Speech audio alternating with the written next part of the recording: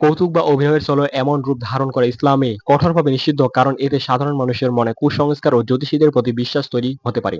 ভিডিওর সংলাপে তিনি যখন মানুষের হাত দেখছেন তখন বারবার বিসমিল্লাহ এবং সুবহানাল্লাহ বলতে বলেছেন এবং তার পরপরই বলেছেন রাগ করলা বিসমিল্লাহ আল্লাহর নামে শুরু করছি এবং সুবহানাল্লাহ আল্লাহ পবিত্র। এই শব্দগুলো অত্যন্ত পবিত্র জিকির ও ইবাদতের অংশ। এই ভণ্ডামি বা জ্যোতিষীর মতো নিষিদ্ধ কাজের অভিনয়ের মধ্যে এই পবিত্র শব্দগুলোকে হাস্যরাত্মক সংলাপে রূপ দেওয়া ইসলামের দৃষ্টিতে এক প্রকার অবমাননা। দিনের পবিত্র প্রতীক বা শব্দ নিয়ে তামাশা করা ইমানের জন্য অত্যন্ত ঝুঁকিপূর্ণ।